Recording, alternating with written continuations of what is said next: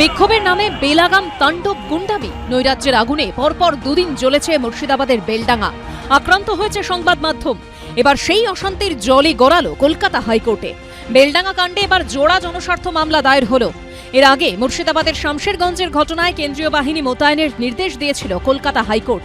বেলডাঙ্গার ঘটনার পরও কেন্দ্রীয় বাহিনী মোতায়েনের নির্দেশের দাবি জানিয়ে বিজেপি ও বেলডাঙ্গার স্থানীয় বাসিন্দাদের একাংশের তরফে জোড়া জনস্বার্থ মামলা দায়ের করা হলো। মামলা দায়েরের অনুমতি দিয়েছে হাইকোর্টের প্রধান বিচারপতি সুজয় পালের ডিভিশন বেঞ্চ। গত শনিবার বেলডাঙ্গায় কেন্দ্রীয় বাহিনী মোতায়েনের দাবি জানিয়ে রাজ্যপালকে চিঠি লেখেন শুভেন্দু অধিকারী। সেই চিঠিতে মুর্শিদাবাদের শামশেরগঞ্জে দাঙ্গার প্রসঙ্গ তুলে ধরেছিলেন বিরোধী দলনেতা। সোমবারের আবেদনেও একই নির্দেশের আর্জি জানিয়েছেন আবেদনকারীরা। মঙ্গলবার এই মামলার শুনানি হবে। যে ঘটনা ঘটলো তা লাগিয়েছে মমতা ব্যানার্জি, আগুনে ঘি ঢেলেছে মমতা ব্যানার্জি, আগুনকে সংরক্ষিত করেছে মমতা ব্যানার্জি। অতএব পুলিশ মন্ত্রী নিজে আগুন জ্বালাচ্ছেন, তো পুলিশ কি করবে? নির্বাক দর্শক হয়ে থাকবে। আর বিরোধীরা যারা বলছে এইটুকুটা টুক করে তুলে একটা ঘাড়ে কিছু দোষ চাপিয়ে দেওয়া, ওই কিছু বললে ওটা আমার নয়, বিচলিত করতে পারে, এরকম একটা ব্যাপার, সেটাই দেখছি।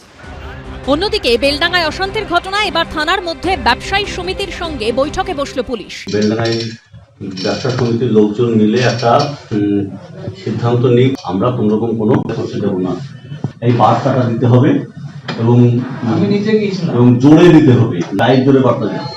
কোনোরকম কোনো অবরোধ বা কোনো হয় 1 মিনিটের জন্য যদি রাস্তা বন্ধ করার চেষ্টা করে আমরা পিটিয়ে তুলে দেবো। মানে এরকম উশৃঙ্খলতা বরদাস্ত করা যায় না। বেলডাঙ্গায় অশান্তির ঘটনায় আরও একজনকে গ্রেপ্তার করা হয়েছে। এই নিয়ে গ্রেপ্তারির সংখ্যা বেড়ে হলো 31। বাকি অভিযুক্তের খোঁজে একাধিক সিসি ক্যামেরা ফুটেজ ও সোশ্যাল মিডিয়াতেও কড়া নজর রাখছে পুলিশ। অন্যদিকে সোমবার বেলডাঙ্গা স্টেশনে আসেন বিএসএফ এর এক অফিসার। বেলডাঙ্গার পরিস্থিতি নিয়ে আরপিএফ এর সঙ্গে বৈঠকে বসেন তিনি। সৌভিক মজুমদার ও পার্থপ্রতিম ঘোষের রিপোর্ট, এবিপি আনন্দ। 2016 সালের এসএসসি মামলায় বড় নির্দেশ সুপ্রিম কোর্টের। বয়সের ছাড় নিয়ে কলকাতা হাইকোর্টের নির্দেশে স্থগিতাদেশ দিল বিচারপতি সঞ্জয় কুমার এবং বিচারপতি কে বিনোদ চন্দ্রনের বেঞ্চ। সর্বোচ্চ আদালতের পর্যবেক্ষণ শুধুমাত্র চাকরিরত, দাগি নন এমন বা আনটেন্টেড প্রার্থীদের ক্ষেত্রে প্রযোজ্য ছিল মূল মামলার রায়। জাস্টিস অমৃতা সিনহা বলছে যারা আনটেন্টেড, মানে আনটেন্টেড সবাই, যারা ওয়েট লিস্টে ছিল বা ছিল না, যারা অ্যাপ্লাই করেছে তারা হচ্ছে সব আনটেন্টেড। সেইটার তফাৎ আছে।